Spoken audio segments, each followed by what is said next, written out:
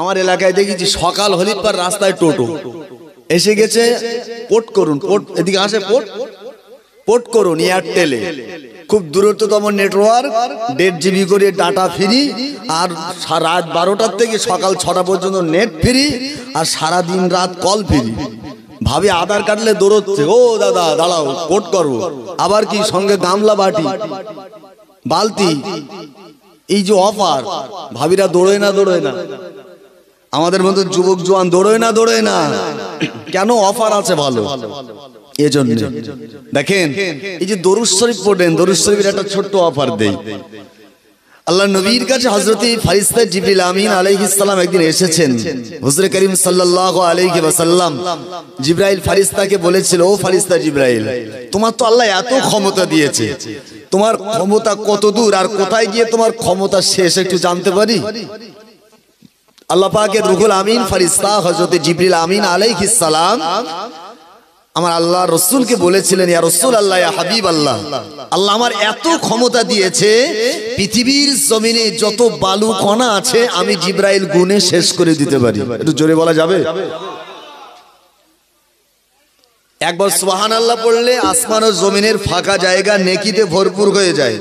তার জন্য জান্নাতে একটা খোরমা গাছ আল্লাহ লাগিয়ে দেয়, বান্দা বান্দি জান্নাতি হবে, আর ওই গাছের খোরমা ইচ্ছা মতো ছেড়বে আর খাবে। আর একবার জোরে হবে? আর একটু জোরে হয়েছে তো। দরুদ শরীফ সম্পর্কে বলছিলাম, তো রাসূল করিম সাল্লাল্লাহু আলাইহি ওয়াসাল্লামকে জিবরাইল শোনাচ্ছে যে সাগরের নিচে যত নুড়ি নুড়ি পাথরের কোনা আছে, যত মাছ আছে ছোট বড়, আমি ফেরেশতা জিবরাইল গুনে বলতে পারি। হুজুর আসমানে যত তারকা আছে তাও আমি গুনে শেষ করতে পারি, কিন্তু একটা জায়গায় গিয়ে আমি ক্ষমতাহীন হয়ে যাই। আল্লাহর কোন বান্দা যদি আল্লাহর রাসূল অতএব আপনার উপরে দরুদের নজরানা পাঠায়, আমার আল্লাহ যে নেকি দেয় ওই নেকি আমি জিবরাইল গুনে শেষ করতে পারি না। একটু জোরে বলা যাবে? আর একটু চিল্লে হবে না সুবহানাল্লাহ? আমি অল্প সময়ে কথা বলবো, অল্প সময়ে 2-4টি খোরাক আপনাদের দেব। তবে একটা কথা তার আগে বলি, কেন রাত 12টা যেহেতু বাজতে চলে, আর খিচুড়ি ঠান্ডা যাতে না হয় আপ্রাণ চেষ্টা করব। আপনারা যত তাড়াতাড়ি জমে আসবেন, সবাই মিলে মাহফিল ভর্তি করে দেবেন, তত তাড়াতাড়ি আমি মাহফিল শেষ করে দেব ইনশাআল্লাহ। তো আপনাদের কাছে দাবি, আখেরি মোনাজাতের আগে মাহফিলে চলে আসুন। আর যতক্ষণ বসবেন কথাগুলো অন্তর দিয়ে শুনতে হবে। এই কান দিয়ে শুনলে না শুধু কানে আওয়াজ পাওয়া যায়, কিন্তু কি বললো, কেতে কি হলো, কে জন্য সুবহানাল্লাহ যে বলতে বললো তো বুঝে উঠতে পারলাম না, এরকম মনে হয়। এমনও মুসাল্লি আছে এসার নামাজ পড়েছে, প্রথম রাকাতে আর দ্বিতীয় রাকাতে দুটো সূরা জোরে বলেছিল না বলিনি? চাচার কাছে জিজ্ঞেস করি কোন কোন সূরা পড়ল, বলে মনে নেই। মন তো নামাজে ছিল না, শুধু ইমাম সাহেবের আওয়াজ শুনছিল। ও তো মন তো বাইতুল মুকাদ্দাসে, কারো মন এদিকে ওদিকে সেদিকে, তাই তো নিম্নচাপ হবে নাকি? ধান কাটা তো মরিচ যে কি হবে, শেষ হয়ে যাবে না, রাত্রি হবে না, একটুখানি ভিজে যাইতে কি করবো? এইরকম নানান মন নিয়ে নামাজ পড়ে না? মনটা ঠিক রাখতে হবে, তাহলে আমার কথাগুলো শোনার পরে আপনারা বলবেন না যা বলে গেছে ঠিক বলে গেছে, নইলে আপনারা বলবেন ইরির প্রত্যেক বছর লেসে কে জন্য। কারণ একজন সাংবাদিক, ছোট্ট করে বলি তারপর শুরু করি, এক সাংবাদিক এক যুবক ছেলে ওই মানে রোডের ধারে বড় বাস রাখা আছে, বাস মানে যাতে যানবাহন যাতে বাস চলে মানুষ, তো ওই বাসের পাশে একটা যুবক ছেলে ঘুরছে। এক সাংবাদিক এসে বলছে, ভাই তোমার কাছে একটা প্রশ্ন আছে। তো সাংবাদিক যেহেতু এসে বলছে, কি প্রশ্ন? বলছে, মনে করো তুমি এই বাসের ভিতরে বসে আছো সিটে। বলছে, হ্যাঁ আমি বাসে তো সিটেই বসি। তো বলছে, মনে করো বাসে কোনো সিট ফাঁকা নেই, এই ভালো করে শুনতে হবে, কোনো সিট আর ফাঁকা নেই। এখন একটা নারী উঠেছে যার পেটে 10 মাসের বাচ্চা, সে আর না বসলে থাকতে পারবে না, দাঁড়ানোর ক্ষমতা তার নেই। তো তুমি কি সিটটা ছেড়ে তার প্রতি ইনসাফ করবে না করবে না? তো সে বলছে, না আমি পারবো না। এই ছোড়ার উপরে আপনাদের রাগ হবে না? হবে না? এই প্রথম থেকে শেষ পর্যন্ত না শুনে যেটা হবে সেটা বোঝাচ্ছি, ভালো করে না বুঝলি। তো বলছে, না আমি সিট ছেড়ে দিতে পারবো না। বলছে, তাহলে দিলে না? তুমি হয়তো মনে করলে যে ওর বাচ্চা পেটে অত বড় বাচ্চা হলে তো ও কেন বাসে উঠেছে, ট্যাক্সি যেতে পারিনি, ও ভ্যানে অটোয় যেতে পারিনি, টোটোয় যেতে পারিনি, হয়তো তোমার মনে হতে পারে। আচ্ছা মনে করো খুব একজন এমার্জেন্সি রোগী উঠে পড়েছে, তুমি তো এইবার কি করবে? বলে তাও আমি সিট ছাড়বো না। তাও ছাড়বে না? তোমার ভিতরে কিন্তু মায়া দয়া ইনসাফ কিচ্ছু নেই। বলছে আমি সিট ছাড়তে পারবো না। বলছে বাসে সব সিট তো বুকি, মনে করো একজন উঠেছে এত বৃদ্ধ যে লাঠির ভর করে কোন রকম দাঁড়িয়ে আছে, এই সময় তুমি সিটটা ছাড়বে না? ছাড়বে না। বলছে এরপরেও আমি ছাড়তে পারবো না। তো ওর শেষে জিজ্ঞাসা করছে আচ্ছা কেন ছাড়বো না বলো দিনি? বলছে আমার পরিচয় তো জানেন না, আমি হলাম বাসের ড্রাইভার, আমি যদি সিট ছেড়ে দেই সব খানায় যাবে। বোঝা যায়নি? আমি ড্রাইভার এই বাসের। এতক্ষণ যা আপনারা এর উপরে রাগ করছিলেন, আর রাগ হবে? পেটে বাচ্চা তাই কি তুই দেড়কে থাকো, আমি ছাড়তে পারবো না। ঠিক আছে, কেন? ও ড্রাইভার, ও যদি সিট ছেড়ে দেয় তো বাস খানায় যাবে। তা আপনারা যদি এরকম সিট ছেড়ে বসেন তাহলে যা শুনবেন সব বলো এরকম যাবে। তাই একটু বলছি একটু মন কানটা সাইডে রাখবেন না বেশি, অল্প। কেন ভারী রাত্রে কথা বলতে গেলে মাঝে মধ্যে একটু চাটনি না দিলে না, মনের ভিতরে তৃপ্তি না থাকলে ভালো লাগে না, একটু রুচি না হলে খাওয়া যায় না। এই আমার পাশে একটুখানি আগে খিচুড়ি, আমি বলো এই জলসা শেষে যে খিচুড়ি দেবে আমার খাওয়া হয়ে গেছে। আলহামদুলিল্লাহ, যে রান্না করেছে তার অসংখ্য ধন্যবাদ, খুব সুন্দর রান্না করেছে এবং গোশ খুব ঘন দিয়েছে। যারা দূর দারাজে আছেন আল্লাহর রাস্তায় চলে আসেন, খুব ঘন গোশ খেলাম, খুব ভালো লেগেছে। কিন্তু আমার এই পাশে রুস্তম আলী ভাইজানের সঙ্গে একজন এসেছিল, বুঝছে একটা কাঁচা পেঁয়াজ দাও। কেন বলেন দিনি? মাল বেশি করে খাবে, রুচ আনবে রুচ। তা আপনাদের একটু মাঝে মাঝে কাঁচা পেঁয়াজ দিচ্ছি, রাত্রে খাওয়া ঠিক না, আমি খাইনি অবশ্য। কেন ওই অনেক মায়েরা বলে, আমার মায়েরা তো ওরাই বড় বড় মুফতি, বলে কাঁচা পেঁয়াজ রাত্রে করে ফেরেশতা জীবনও আসবে না। রাত্রি যে রহমতের ফেরেশতা আসে, অ্যাকচুয়ালি রাত্রিরে কাঁচা পেঁয়াজ মোটেই খেতে নেই, কাঁচা পেঁয়াজ খাওয়া মাকরুহ তানজিহ। তো যাই হোক, এই যে মাহফিলটা আপনারা জানেন যে আপনাদের এলাকার এই পাড়ার এই মহল্লার আহলে পরিবার থেকে যাদের আব্বা আম্মা দাদু দাদি নানা নানি চলে গেছে, তাদের আত্মা ও রুহের সাবরেশনের মজলিস, সেই সম্পর্কে দুই একটি কথা এবং নিজেদের জীবন পরিবর্তন করার দুই একটি কথা বলে আখিরি মোনাজাত হবে ইনশাআল্লাহ। দূর দারাজে যারা আছেন আর একবার বলছি আল্লাহর রাস্তায় চলে আসেন। দেখেন আব্বা আম্মা দাদু দাদি নানা নানি চলে গেছে, একটা দিন আসছে সামনে যেদিন আমরাও চলে যাব। পৃথিবীতে কেউ চিরস্থায়ী আমরা নই। চিরকাল যদি পৃথিবীতে থাকা যেত আজও নমরুদ বেঁচে থাকতো। পৃথিবীতে যদি চিরকাল থাকা যেত আজও সাদ্দাত ফেরাউন হামান এরা বেঁচে থাকতো। পৃথিবীতে সারা কাল যদি বেঁচে থাকা যেত বড় বড় বাদশা, বড় বড় টাকাওয়ালা পয়সাওয়ালা অনেক নবী আলাইহিমুস সালাম তারা বেঁচে থাকতো। পৃথিবীর জমিন ক্ষণস্থায়ী জীবন। তাই আল্লাহ রাসূল একটা হাদিস বলেছেন, আদ-দুনিয়া ওয়া মাযরাতুল আখিরাহ, দুনিয়ার জমিন থেকে আখিরাতের পাতেহ সঞ্চয় করে কবরে যেও। কারণ কবর এমন একটা জায়গা, সেখানে নামাজ পড়লে কোনো নেকি হবে না, রোজা করলে কোনো নেকি হবে না, সেখানে আল্লাহ আল্লাহ তাসবিহ করলে কোনো নেকি হবে না। দুনিয়ার জমিন থেকে যেটা নিয়ে যাবে সেটাই কিন্তু সেখানে পাবে।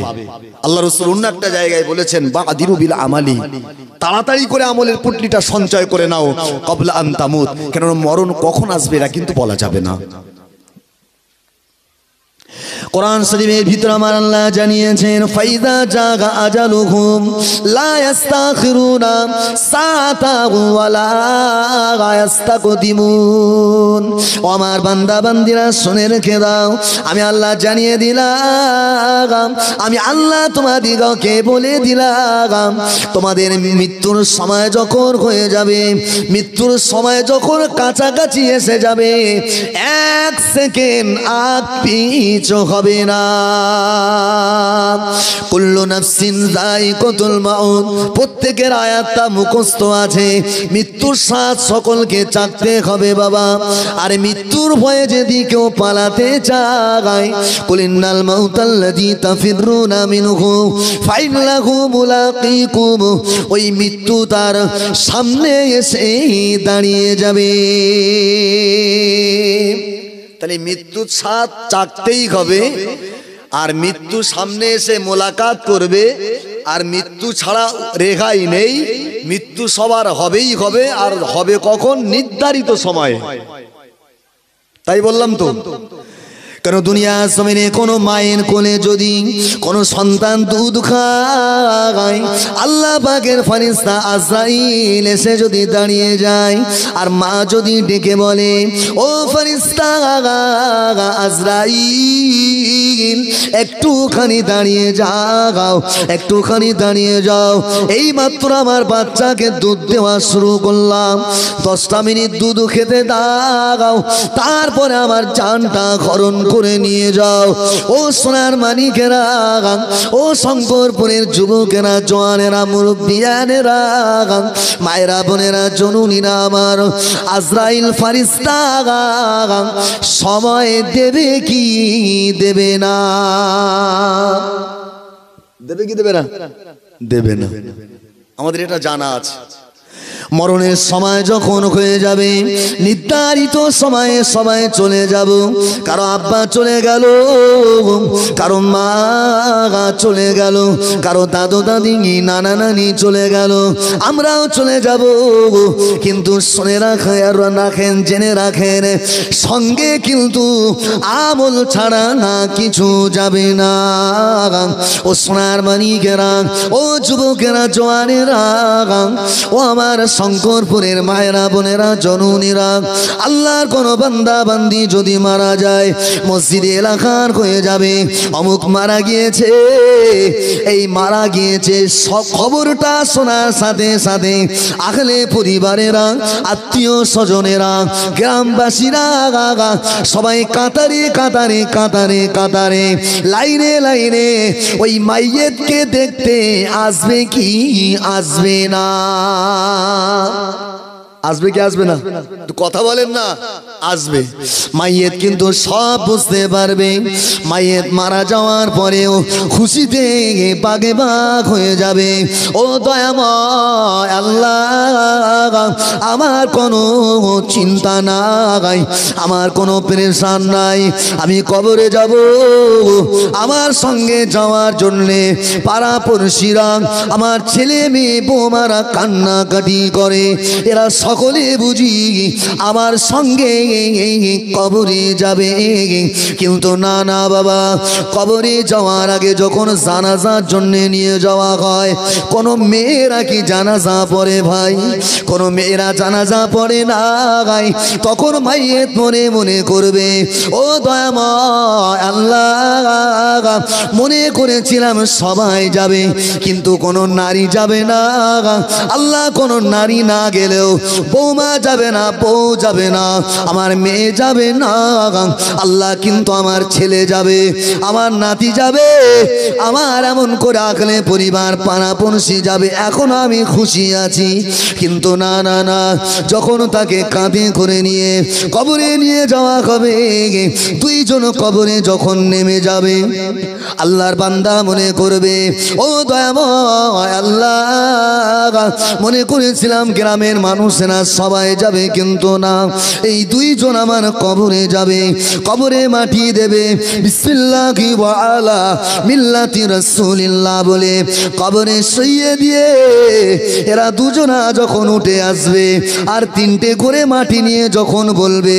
মিনহা খলাকনাকুম ওয়া ফিহা নুঈদুকুম ওয়া মিনহা নুখরিজুকুম তারাতান উখরা, মাটি দিয়ে কবরটা জিয়ারত করে গুটি গুটি পাগায় সবাই যখন চলে আসবে বাবা, মাইয়ে তখন আল্লাহর কাছে রোনাজারি করবে, আল্লাহর কাছে কান্নাকাটি করবে।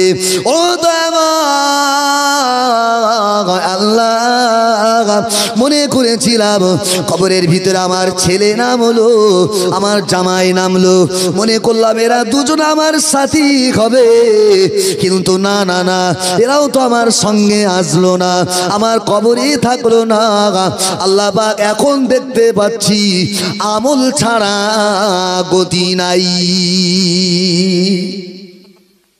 এত মানুষের যে হুড়ুহুড়ি, সব শেষ বলো, সব শেষ। মেয়ে বাড়ির থেকে যখন শুনে যে বাপ মরে গেছে, সেখান থেকে কান্না শুরু করি, কান্না শুরু করেছে কিসের জন্যে?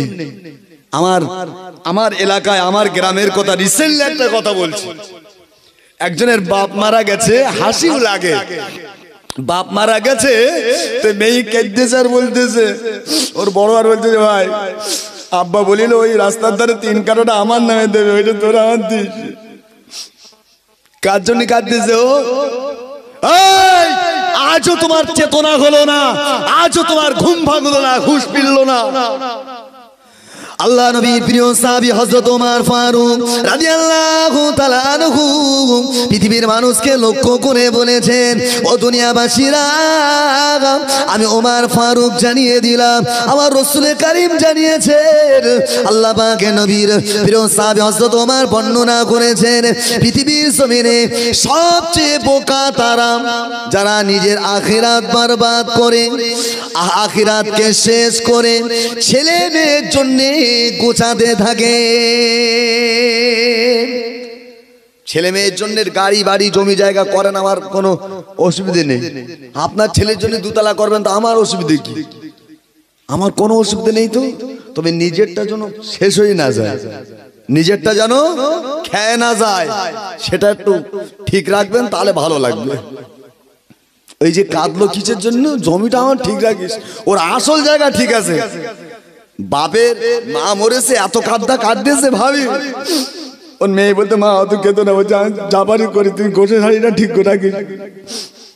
রেডি এইলো, সে বিড়ালে খাই না কি কুকুরে খাই না তার ঠিক নেই। সন্ধ্যে হয়ে গেছে, মা তখন ওকে দো মা চুপ করো, বলছি ছাগল দুটো বেঁধে রাখিস, আমরা তো কোথায় কার কোথায় চলে যাবেন, হয়তো ছেলে ধরবেন। সব হুঁশ আছে ওর, সব ঠিক আছে, ওর কান্নার ভিতরে যে কি স্বার্থ আছে। কিন্তু আশ্চর্য হ্যাঁ হ্যাঁ কান্না আসে, বাপ মারা গেলে কান্না আসে, মা মরে গেলে কান্না আসে, কিন্তু ওই রকম বিনানো কান্না আর ওই রকম কান্নার কোনো লাভ আছে? ওতে গোনা হবে না নাকি হবে? কিন্তু সন্তানেরা ছেলেগুলো কি করে? ঘুরে বেড়াচ্ছে, কাফনের কাপড় আনতে যাচ্ছে, রান্নার সরঞ্জাম জোগাড় করছে, মানুষের একটু খেতে দিতে হবে, সব তার ভিতর দিয়ে মাঝে মধ্যে চোখের কোণাটা ভিজে আছে। এটাই হলো বাপের জন্য কান্না। জোরে বলুন সুবহানাল্লাহ। কেন বাপ মারা গেলে সন্তান তো কাঁদবেই। আল্লাহ রাসূলের সন্তান চলে গিয়েছিল একের পর এক, রাসূল খুব কেঁদেছিল। আল্লাহ রাসূলকে জিজ্ঞাসা করেছিলেন, ইয়া রাসূলুল্লাহ আপনি এত কাঁদছেন কেন? আল্লাহ নবী বলেছিলেন, ও আমার সাহাবীরা, সন্তান চলে যাবে বাপ কাঁদবে না, সে কেমন বাপ? বাপ চলে যাবে সন্তান কাঁদবে না, কেমন ছেলে? কাঁদতে হবে, কাদার ভিতরে যেন বাপের জন্য কিছু হয়, আর আমরা যা করতেছি শেষ হয়ে যাচ্ছে। তাই আমার আসল কথা হলো যে নিজেদের সন্তান আহলে পরিবারদের জন্য জোগাড় করতে গিয়ে, গত জুমার খুতবায় যেটা গিয়েছে, যে আহলে পরিবারদের জন্য তৈরি করতে গিয়ে নিজের আখিরাতটা যেন বরবাদ না হয়ে যায়। কারণ দুনিয়ার জায়গা ক্ষণস্থায়ী জায়গা, বেশি দিন এখানে থাকার জায়গা না। চিরস্থায়ী জায়গা কোনটা? কবর। একটা ইমাম গাজ্জালী রাহমাতুল্লাহ আলাইহির ছোট্ট একটা উদাহরণ দিলে আপনারা ভীষণ বুঝতে পারবেন। ইমাম গাজ্জালী হুজুরের কথা একটা কথা একটা মদ্দা কথা। ইমাম গাজ্জালী রাহমাতুল্লাহ আলাইহি একটা মানে উদাহরণস্বরূপ বর্ণনা দিয়েছেন যে এমন একটা দেশ, যে দেশে কোনো নির্বাচন হয় না, ভোট হয় না। ভালো করে বুঝবেন এই কথাটা, খুব ভালো লাগবে এবং মানার চেষ্টা করবেন। ইমাম গাজ্জালী হুজুর বলছেন এমন একটা দেশ, সেই দেশে কোনো নির্বাচন হয় না। নির্বাচন মানে ভোট, তো কোনো ভোট হয় না। প্রধানমন্ত্রী যে হতে চায়, সে যদি কেউ যদি এসে বলে এক কথায়, কেউ যদি এসে বলে আমি প্রধানমন্ত্রী হব, সবাই মিলে তাকে প্রধানমন্ত্রী করে। কেউ যদি এসে বলে আমি প্রধানমন্ত্রী হতে চাই, তাকেই প্রধানমন্ত্রী করা হয়। কোনো ভোট হয় না, নির্বাচন হয় না। সেই দেশে এত সহজ প্রধানমন্ত্রী হওয়া। আমার দেশে কিরকম প্রধানমন্ত্রী হওয়া কি খুব সহজ? গত ইলেকশনে মনে আসতো, ভোট হয়নি, সকালবেলা চাষা ভোট দিতে যাচ্ছে, বলছে ও চাষা কোথায় যাচ্ছ? ভোট দিতে যাচ্ছি, বলছে হয়ে গে রাত্রি হয়ে গে। তার মানে কি কথা বোঝা যায় না? রাত্রি ভোট হয়ে যাচ্ছে, তার মানে কি নেতা এত গরম, মানে গুন্ডা বাহিনী সবকিছু ফিট করে ও নিজে নিজে নেতা অটোমেটিক হয়ে গেছে, মানে শুধু মেম্বার হবে তাই। আর প্রধান হওয়া তো সে বাড়ির কথা না, চেয়ারম্যান দূরের কথা, এমএলএ এমপি দূরের কথা, মুখ্যমন্ত্রী দূরের কথা, ওই দেশে প্রধানমন্ত্রী কেউ যদি বলে আমি হতে চাই তারে করে, অথচ ইমাম গাজ্জালী রহমাতুল্লাহ আলাইহি বলছে সেই দেশে বর্তমান কোনো প্রধানমন্ত্রী নেই। ওয়াজ বুঝতেছেন? এমন একটা দেশ যে দেশে কোনো নির্বাচন হয় না, ভোট হয় না, সেই দেশে কেউ যদি এসে বলে আমি প্রধানমন্ত্রী হব, তাকে প্রধানমন্ত্রী করা হয়, কিন্তু সেই দেশে কোনো প্রধানমন্ত্রী নেই। এই দিয়াটা আমার ভাই মনে মনে করতেছে সেই দেশটা হুজুর নাম বলো দিন আমি যাই, সেটা একটু গদিত বসে আছি। সোনার মানিকেরা, যুবকেরা, জওয়ানেরা, আব্বারা, তরুণেরা, ও শঙ্করপুরের মায়েরা, বোনেরা, জননীরা, ইমাম গাজ্জালী রহমাতুল্লাহ আলাইহি কত সুন্দর করে বর্ণনা করেছেন। এমন একটা দেশ আছে, ওই দেশে কোনো প্রধানমন্ত্রী ভোটের মাধ্যমে হতে হয় না। কেউ যদি এসে দাঁড়িয়ে যায় আর এসে যদি বলে আমি প্রধানমন্ত্রী হতে চাই, তাকেই প্রধানমন্ত্রী করা হয়, অথচ সে দেশে কোনো প্রধানমন্ত্রী নাই। এমন একটা দেশে দেখতে পাওয়া যায় দূর দেশের দুজনা মুসাফির, দূর দেশের দুজনা মুসাফির ওই দেশে বেড়াতে গিয়েছে। ওই দেশ সম্পর্কে অনেক কথা শুনছে, খুব ভালো করে আমার কথাটা শুনবেন, আপনারা বুঝতে পারবেন। শুনছে ভাই এই দেশের বর্তমান প্রধানমন্ত্রীর নাম কি, বা রাজ্যপালের নাম কি, মুখ্যমন্ত্রীর নাম কি। তা এ কথা সে কথা বলতে বলতে সেই দেশের কিছু যুবক বলছে ভাই এই দেশে কোনো ভোট হয় না, কেউ যদি মনে করে আমি প্রধানমন্ত্রী হব, তাকে প্রধানমন্ত্রী করা হয়। তা এখনো পর্যন্ত এত বড় দেশে এত লক্ষ লক্ষ মানুষ আছে, কেউ এসে তোমাদের কাছে বলছে না যে আমি প্রধানমন্ত্রী হব? বলছেন না, হচ্ছে না, লোক হচ্ছে না, প্রধানমন্ত্রী হওয়ার কোনো মানুষ হচ্ছে না। এরা দুজনা বাঙালি মতো তো দেখতে, তাহলে আমরা হই। এই ভারতবর্ষে যারা নেতৃত্ব দেয় বেশিরভাগ যারা বড় লোক পয়সাওয়ালা, এর পেছনে হাত দেখবেন আর বাংলাদেশে তো উঠেই। গ্রামে দুই একটা বাংলাদেশের এখানে থাকলে জন্য কেউ খারাপ মনে নেবেন না, আসলে ওরা পরিশ্রম করে বলে দুই একটা বাংলাদেশের লোক থাকে, আমাদের চেয়ে ওদের ভালো করলেছে। আমাদের পৈতৃক জায়গা আমরা ঠিক করতে পারছি না, ওরা খুব জুত করলে আছে না নেই। আমার এলাকার কথা, আমি একটু বাংলাদেশে বেশি গায়ে থাকি তো তাই মনে হচ্ছে এরকম বলছি। তো যাই হোক, ওরা দুজনা মনে মনে করছে ভাই তাহলে আমরা দুজনা যদি, আমি যদি প্রধানমন্ত্রী হয় আর তুমি যদি রাজ্যপাল হও, কোনো অসুবিধা আছে? দুজনের ভিতরে একটা সলা পরামর্শ হচ্ছে। তো বলছে তাও মন্দ না। তাদের কাছে বলা হলো যে ভাই প্রধানমন্ত্রী আমি হব। আচ্ছা, যেখানে প্রধানমন্ত্রী হওয়া এত সহজ, তার ভিতরে কিছু কঠিন লুকিয়ে আছে না নেই? আমি গত কয়েক মাস আগে ডায়মন্ড হারবারে একটা প্রোগ্রাম করেছি। প্রোগ্রাম করে ওখান থেকে আমার একটা প্রোগ্রাম আছে মুর্শিদাবাদে। তো মুর্শিদাবাদে যাবো আমার 12টায় 15 সম্ভবত মুর্শিদাবাদের ট্রেন। তো আমি বেশ অনেকটা আগে শিয়ালদা স্টেশনে এসেছি। তো এসে আমার সঙ্গে আছে আমার এক ভাগনা, আমি বলছি চলো একটু ওই ব্রিজের নিচের থেকে ঘুরে আসি, কিছু কেনাকাটা যায় কি। তো গেলাম, আশ্চর্য অবাক হয়ে যাবেন, এত সুন্দর সুন্দর গেঞ্জি 10 টাকা করে দাম, খুলে খুলে বিক্রি হচ্ছে, এত সুন্দর কোম্পানির লেবেল লাগানো। তো কিন্তু লোয়ার লোক নেই, যে যার মানুষ পথ দিয়ে যাচ্ছে শিয়ালদার ওই যে ব্রিজের তলায়, আপনারা গিয়েছেন তো কখনো, কেতনা মানুষ হাঁটা চলা করে, কিন্তু কেউ লিখছে না। কারণ আমার একটু ঝোঁক লেগে গেছে, আমার যে দুটো গেঞ্জি লেই না। তো ভাগনা হচ্ছে লাও মামা, তা একটা গেঞ্জি তুলেছি, বেশ খুব পছন্দ হয়েছে। তা আমি হচ্ছে দাম কত? বলছে 10 টাকা। আমি তাহলে এই 10টা দেন। বলছে 10টা হবে না, যে কোনো একটা নিতে পারবেন। সে আবার কি সিস্টেম, একটাই নিতে পারবেন, দুটো নেওয়া যাবে না। আচ্ছা তাহলে একটা এলেই 10 টাকা বার করতে যাচ্ছে। বলছে ওইভাবে টাকা নেবো না, এটা কোম্পানির একটা আমাদের রুলস আছে, কোম্পানির মানে এটা প্রচারের জন্য হচ্ছে। তো আপনার কাছে মোট কত আছে? আমার তখন মনটা, আমার কাছে এক জায়গায় জলসা করে তো ফিরছি, সম্ভবত 8-9 হাজার টাকা আমার কাছে আছে। তা আমি বললাম বেশ কিছু আছে।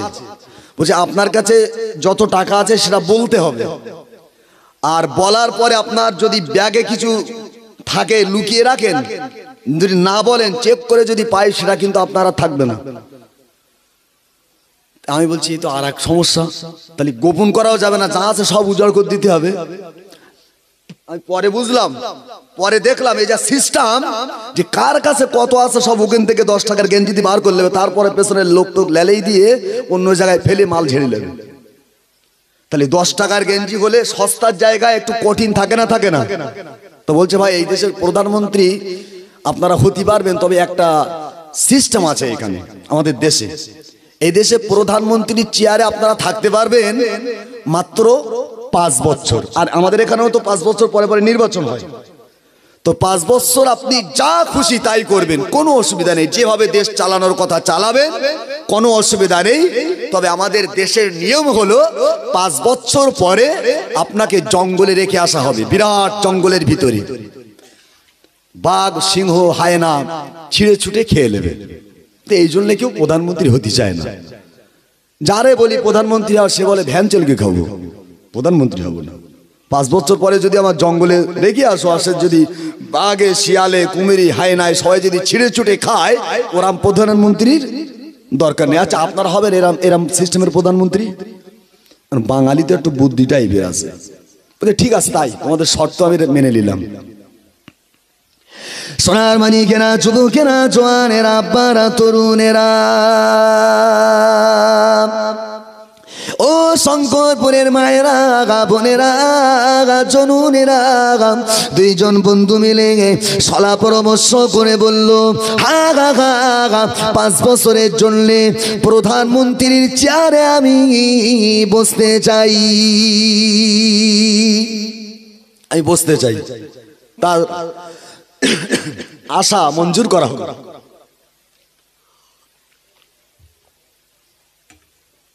5 বছরের জন্য প্রধানমন্ত্রীর চেয়ারে বসবে, আশা মঞ্জুর করা হলো। প্রধানমন্ত্রীর চেয়ারে বসার আগে আল্লাহর বান্দা বিদেশি মুসাফির সকলকে ডেকে বললেন, 5 বছর পরে জঙ্গলে রেখে আসা হবে, 5 বছর পরে জঙ্গলের ভিতরে ছেড়ে আসা হবে।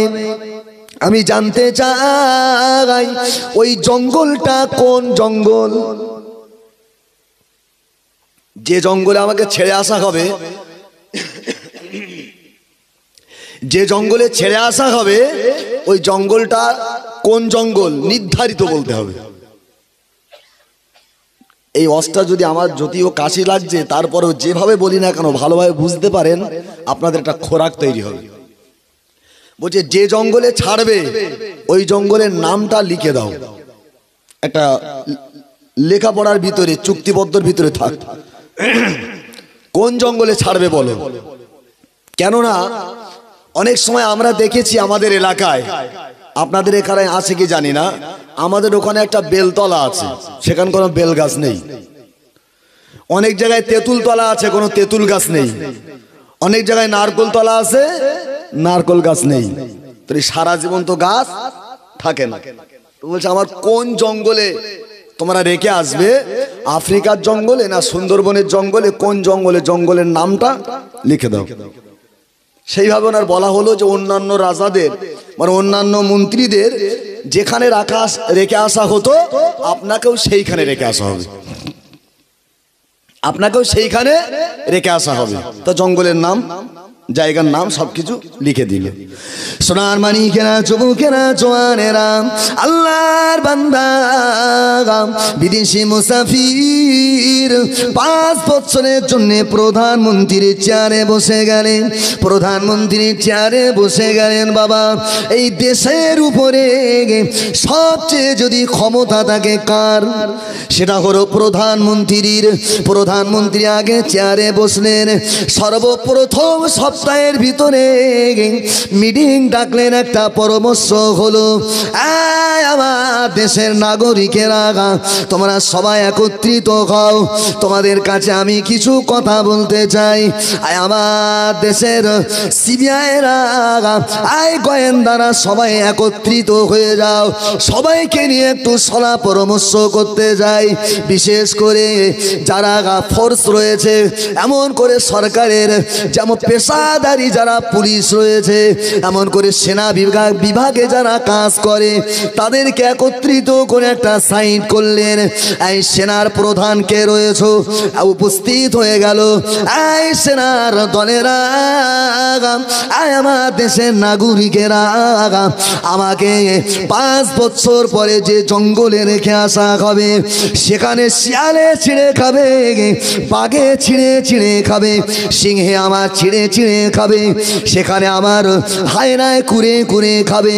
ও সোনার মানিকেরা, ও যুবকেরা, জওয়ানেরা, এই সময় বলা হলো এই প্রশাসন বিভাগের মানুষেরা যাও, চলে যাও, আগামীকাল সকাল থেকে তোমাদের কাজ হলো ওই জঙ্গলটাকে কেটে সাফ করা। জঙ্গল কেটে ভালো মাথায় ঢুকছে তো? ওই জঙ্গলে যেহেতু আমার 5 বছর পরে ওই জঙ্গলে রেখে আসা হবে, অতএব ওই জঙ্গল কেটে ভালো। দেখেন, সব কথা বলছি যখন, আর একটা কথা মানে বাদ রেখে কি আর বলবো। আমি যেখানে বিয়ে করেছি শুনেছি, এখন বললে ওরা রেগে যায়, শুনেছি ওই পাড়াটার নাম নাকি আগে বাগান পাড়া ছিল। আমার বাড়ির লোকের যখন বলি তুমি বাগান পাড়ার মেয়ে, খুব রেগে যায়, বলে কে বলেছে আপনারা? আমি শুনেছি তোমাদের এই পাড়া পুরো বাগান ছিল, নারকেল বাগান, বাঁশ বাগান, সমস্ত বাগান, অথচ ওখানে উর্বর শক্তি জমি যায়, সুন্দর জমি জায়গা ভোজপাড়া এলাকায়। তো ওইখানের বাগানগুলো সব কেটে মানুষ এখন বসবাস করছে বা চাষাবাস করছে। তো আর কি বাগান আছে? এখন তো চাষের জমি সব। তা সর্বপ্রথম ক্ষমতার চেয়ারে বসেই বলছে বাগান জঙ্গল সাফ করো। প্রধানমন্ত্রীর কথা মতো জঙ্গল কেটে ফেলা হলো। জঙ্গল কেটে যখন সাফ করে দেওয়া হলো, সঙ্গে সঙ্গে বলা হলো যাও, ভাটা থেকে ইট নিয়ে যাও, গাড়ি গাড়ি বালি নিয়ে যাও, পাথর নিয়ে যাও, সমস্ত জঙ্গল এলাকা ঢালাই করে দাও, সুন্দর সুন্দর প্রাসাদ বানাও, আর আমার জন্য একটা বিরাট বড় মহল বানাও, রাজ সিংহাসন বানাও। আমি ওই রাজ সিংহাসনে এই 5 বছর প্রধানমন্ত্রীর চেয়ার ছেড়ে ওই রাজ সিংহাসনে বসতে চাই। বাগান সাফ করে দেওয়া হলো, বড় বড় বিল্ডিং করা হলো। এখান থেকে যারা বয়স পেয়েছেন 50 বছর, এখান থেকে 30 বছর আগে নিউ টাউনে গেলে বাবা খড় বাগান, ঢোলা বাগান, এমন করে সেখানে লোটা বাগান ছিল। ও সোনার মানিকেরা, আজকের নিউ টাউন আর চেনা যায় না। ওই নিউ টাউনে যদি আজকে যান, 5 তলা, 10 তলা, 15 তলা, 20 তলা পর্যন্ত বাড়ি আছে কি নাই? আজকে আর ভয় লাগবে? বাস করতে ওখানে শেল কুত্তা, আজকে বাস করছে বড় বড় অফিস, মানে অফিসে যারা কাজ করে সেই অফিসাররা, উকিল, জাজ, মাস্টার, ডাক্তার, তারাই ঘর ভাড়া নিয়ে বাস করছে। আগে জঙ্গল সাফ করো, জঙ্গল সাফ করা হলো, প্রাসাদ করা হলো। আমি আপনাদের আল্লামা ইমাম গাজ্জালি রহমাতুল্লাহ আলাইহির একটা কিতাবের কথা শোনাচ্ছি এতক্ষণ ধরে। ও সোনার মানিকেরা, যুবকেরা, জওয়ানেরা, আল্লাহ পাকের বান্দা হযরত ইমাম গাজ্জালি রাহমাতুল্লাহ আলাইহি পৃথিবীর মানুষ দিগকে লক্ষ্য করে মানুষ দিগকে বোঝাতে চেয়েছেন, আয় পৃথিবীর মানুষেরা, আয় আল্লাহর বান্দারা, আয় নবী পাকের গোলামেরা, আয় নবী পাকের উম্মতিরা, শুনে রেখে দাও, মনে রেখে দাও, এই 5 বছর সিংহাসনে থাকার পরে তাকে জঙ্গলে ছেড়ে আসা হবে, তাকে বাগানের ভিতরে রেখে আসা হবে।